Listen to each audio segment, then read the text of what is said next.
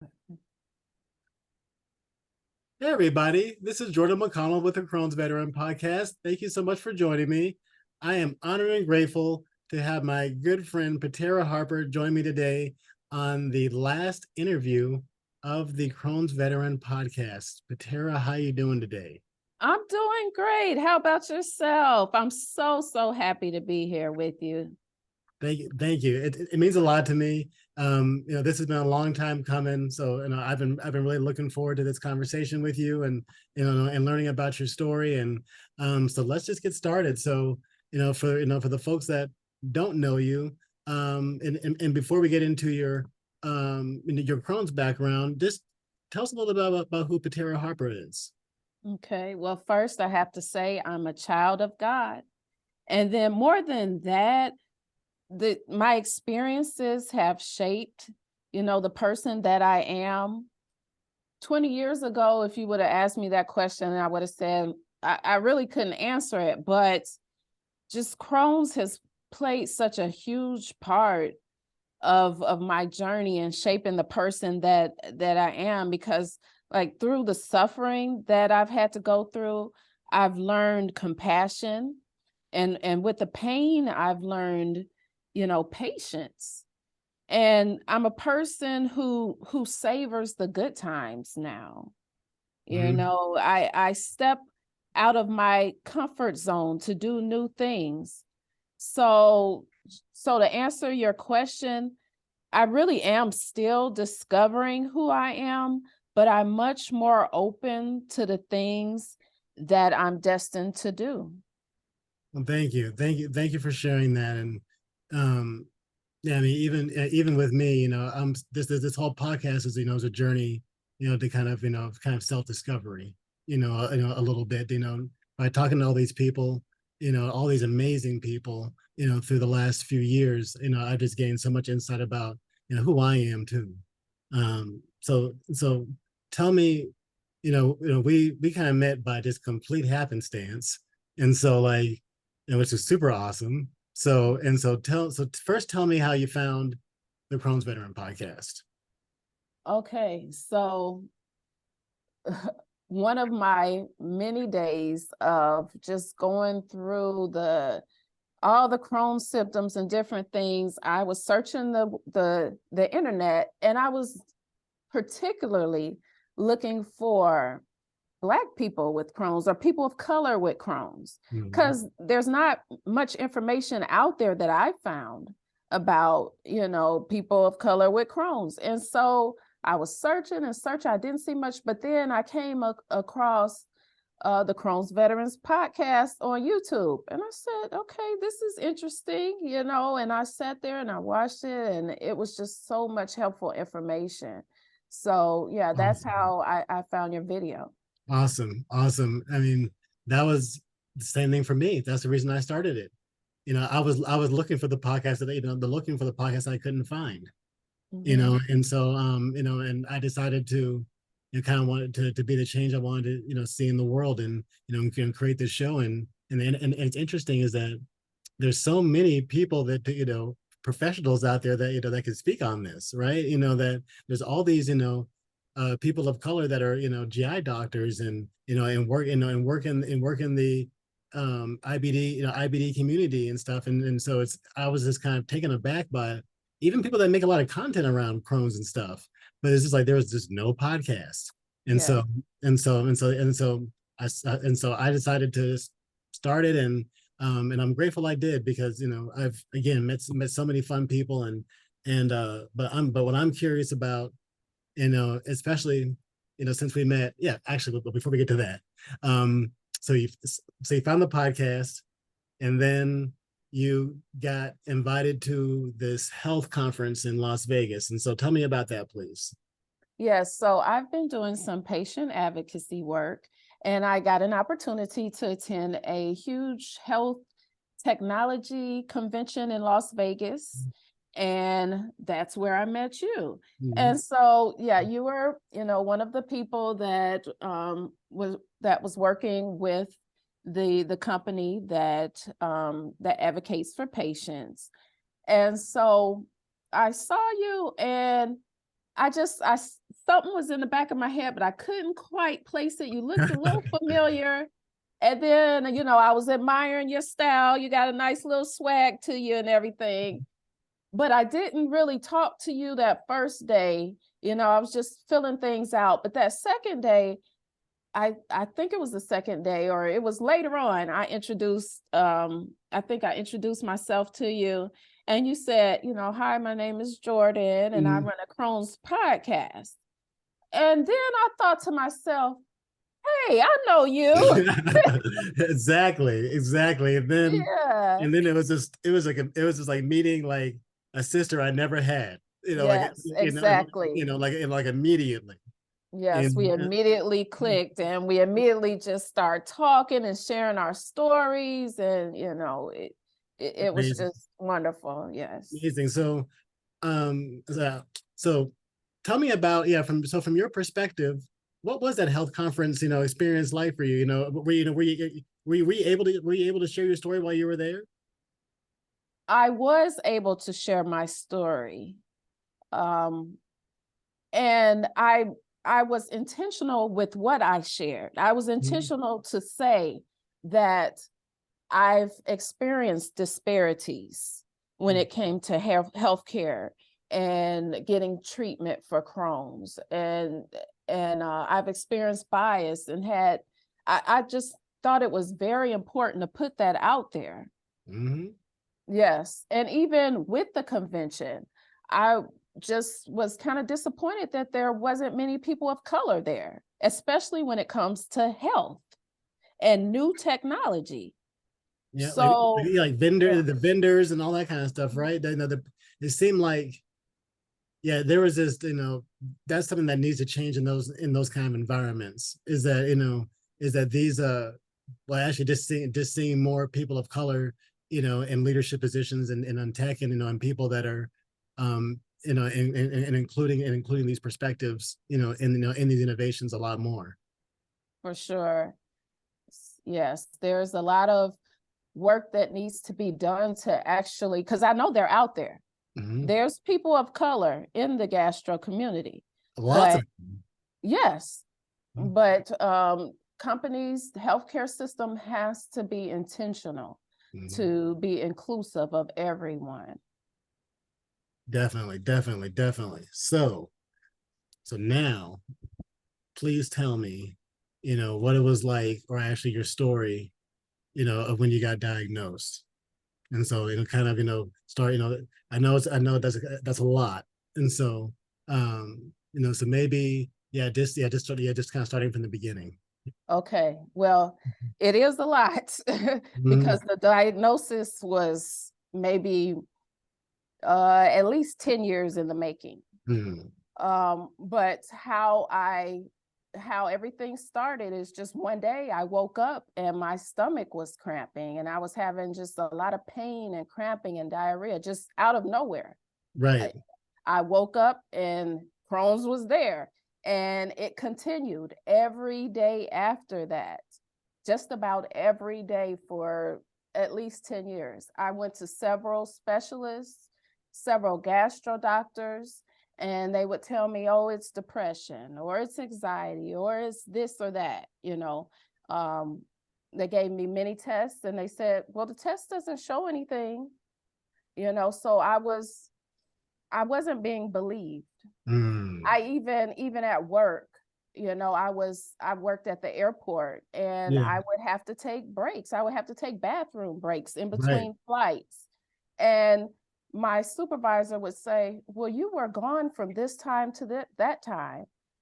And I said, well, I was in the bathroom, you know, in the restroom. And he said, well, you know, they kind of looked at me like I wasn't telling the truth. And the crazy thing about it is my supervisor, who, you know, was questioning me about it, his wife had Crohn's. Hmm. Interesting.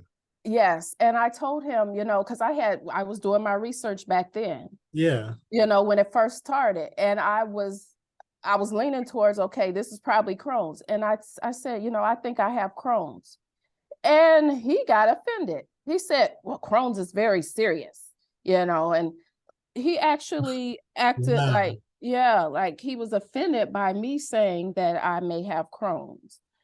So, I've just experienced a lot of discrimination, and even with healthcare, when I'm in pain, when Mhm. I've been in pain, and just going to the doctor, just wanting answers, going to the emergency room, just wanting, some relief to being tested.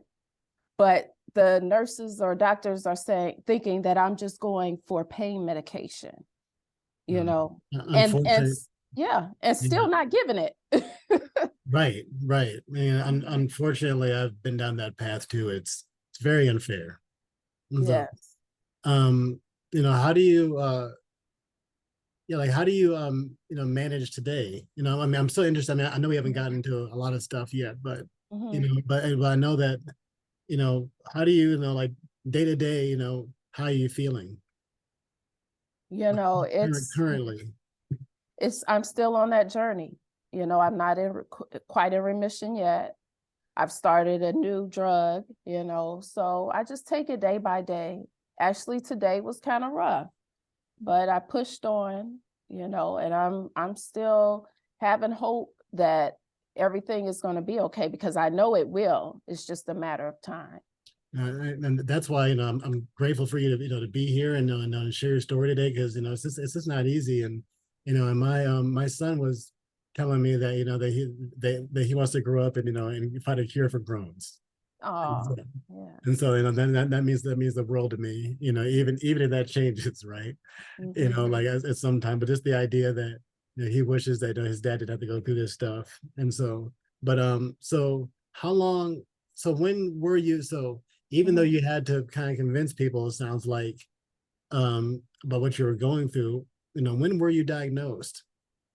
Now the diagnosis came when I had got down to about, I think I was 89 pounds. I Mm, couldn't walk.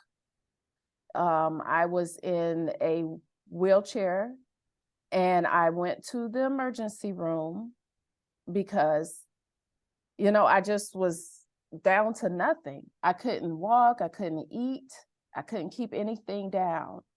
And I went there with my children. My children pushed me in.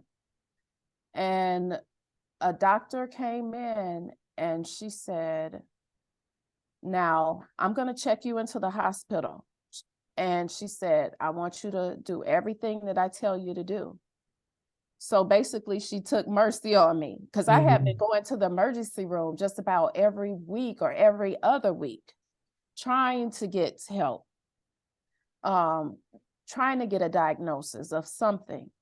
And so she ended up checking. I checked into the hospital that day, and she immediately started enteral nutrition to get my weight up. mm, And then she gave me a medication for Crohn's without the colonoscopy, without a diagnosis. She gave it to me because I had all the symptoms. And within 24 hours, after 10 years, within 24 hours, I felt 70% better. mm. Immediate relief, Life changing, right? life-changing relief. She went out on a limb and she gave me that medication for Crohn's. And I'm forever grateful to that doctor. And she told me later on, she said, and that's it, her name is Dr. Fisher, Monica Fisher.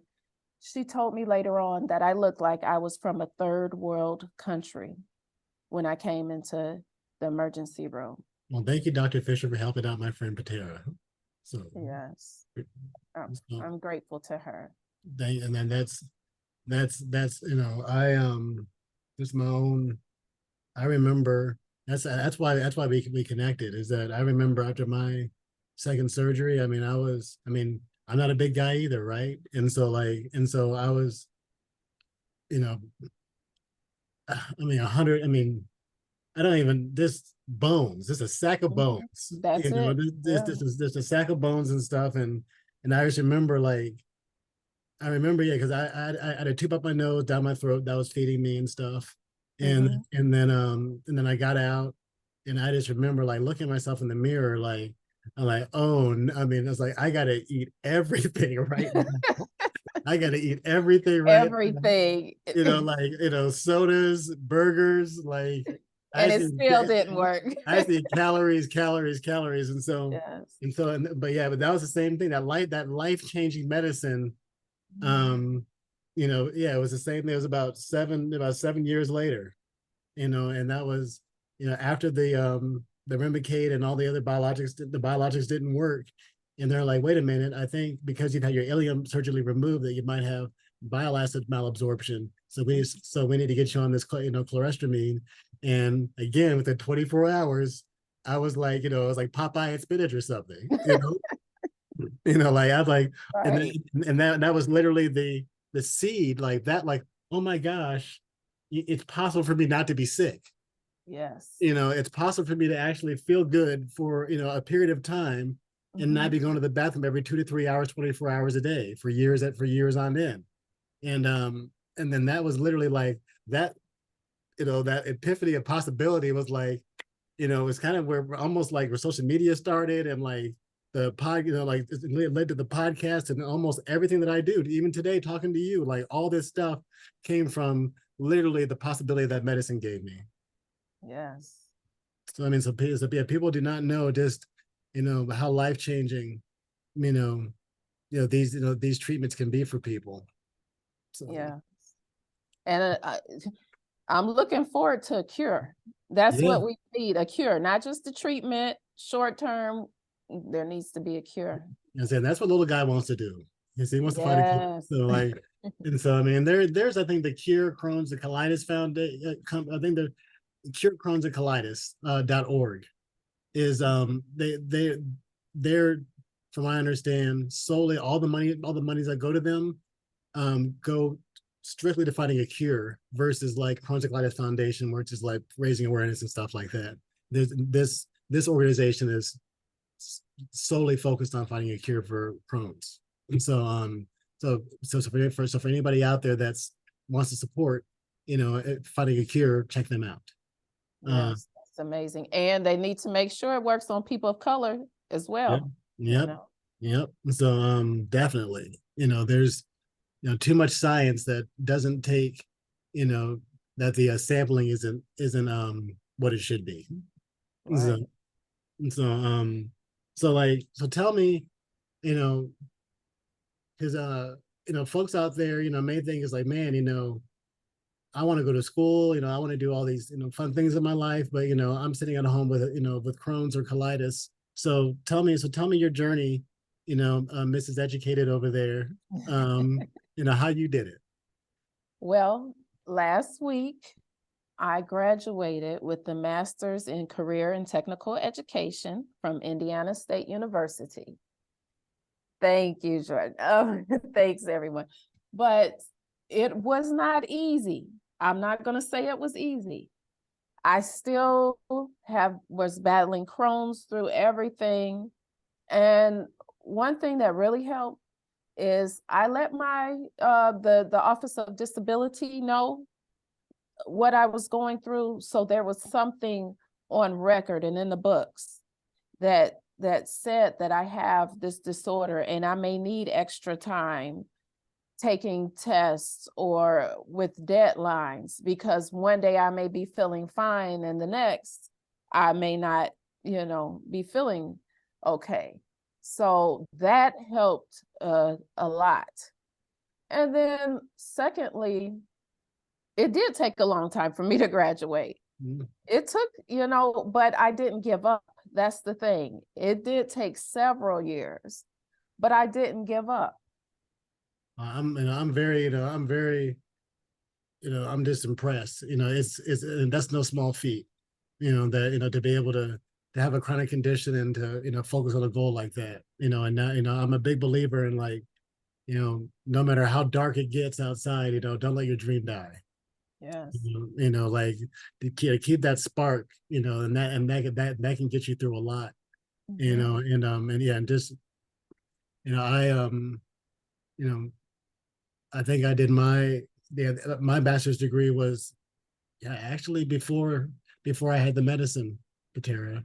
Wow. So like, and so I, and I'm an IT guy, and I didn't have a computer half the time I did that thing, and so I mean, I'm at, you know, like using my friends' computers and using my wife's computers and girlfriend at the times now wife's computers and stuff um and I just yeah and then that was all online too. There was no physical classes. I wrote all my papers and everything, and that was a lot. I think even the last 3 months of school was the first 3 months of his life, my son's life type thing. And so like, and so that was it was a lot, but again, perseverance, not giving up, persistence, that and that's what grit.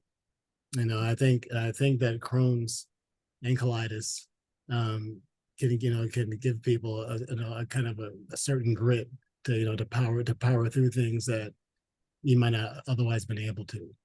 It's Yes, it's kind of interesting. So it's just kind of like you can feel like a curse, but it's like there's a silver lining in that curse. of course. And a huge thing was I didn't want, when I go back out into that workforce, I Mhm. didn't want to go back and have that same supervisor telling me when I could go to the bathroom and when I can't. I wanted to be the supervisor, or I wanted to have my own. Absolutely, Yeah. absolutely, Mhm. absolutely. And so I mean that's I everyone with Crohn's deserves to be in a position to where they aren't made to feel insecure or uncomfortable because of the condition that they live with. That's it's just terrible. And so I think about all those folks that work in call centers. Is a little bit of a tangent, but like I think about all the folks that work at call centers with headsets and stuff like that, and every single minute is tracked, Yeah. right? And because I used to do that. I used to work at Cox, doing tech support. And so like, and then I just, having that kind of condition, I mean, it's almost like from their perspective, you can't even do a good job because you're not on the phone.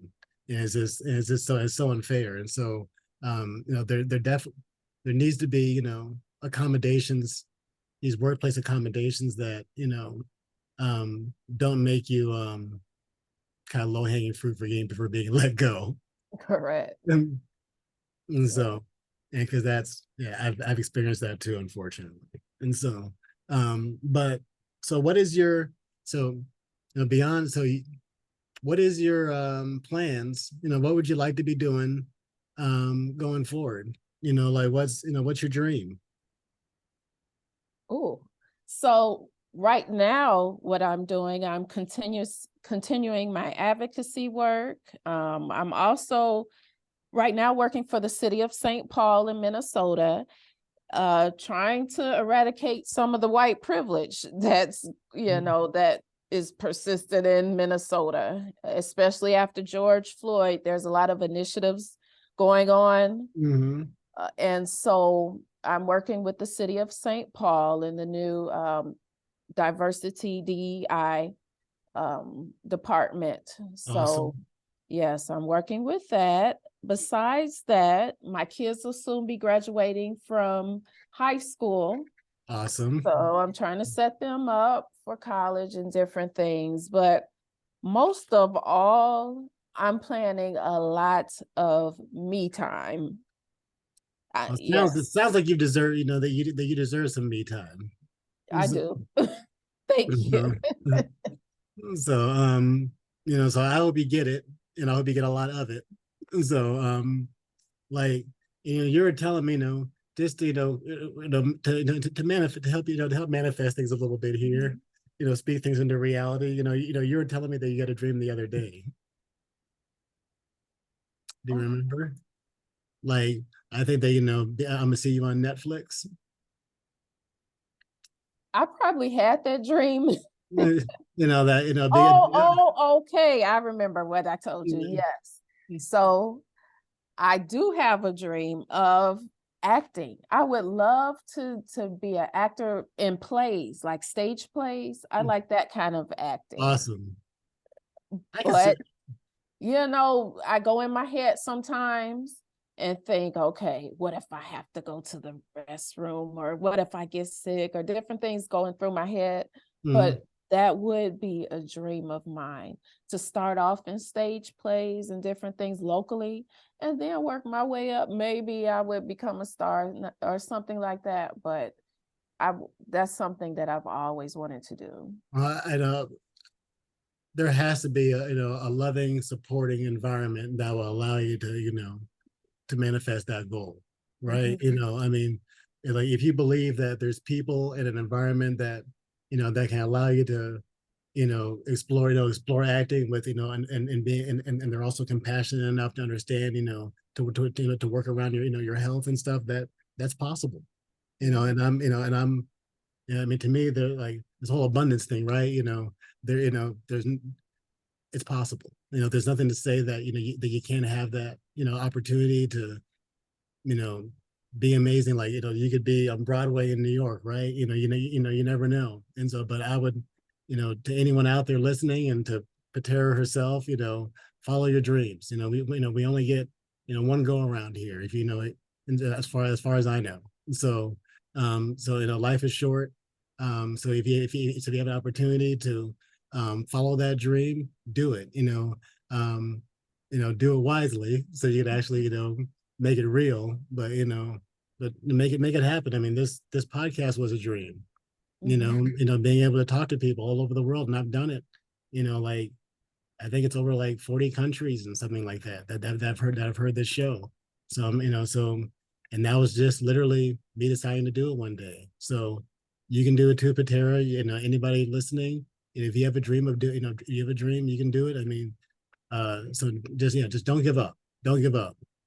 No, don't give up. And I'm sure there's a lot of people out there with Crohn's and IBS and IBD and different things that are doing it, that are acting, that are famous, but they're not actually telling their story. So as more people tell their story, that's encouraging people like us to It pursue our is. dreams. It is. I mean, probably the person that pops into mind is the dude from Everybody Hates Chris. The I think his Mm, name's the boy. I mean, he's a man now. He's a grown man now. He's like an actor and stuff. Very, mhm. very famous. But that guy, and it's like Tyler something I like, know who you're talking yeah, like I don't want to about. butcher his name. But he has Crohn's. And Wow.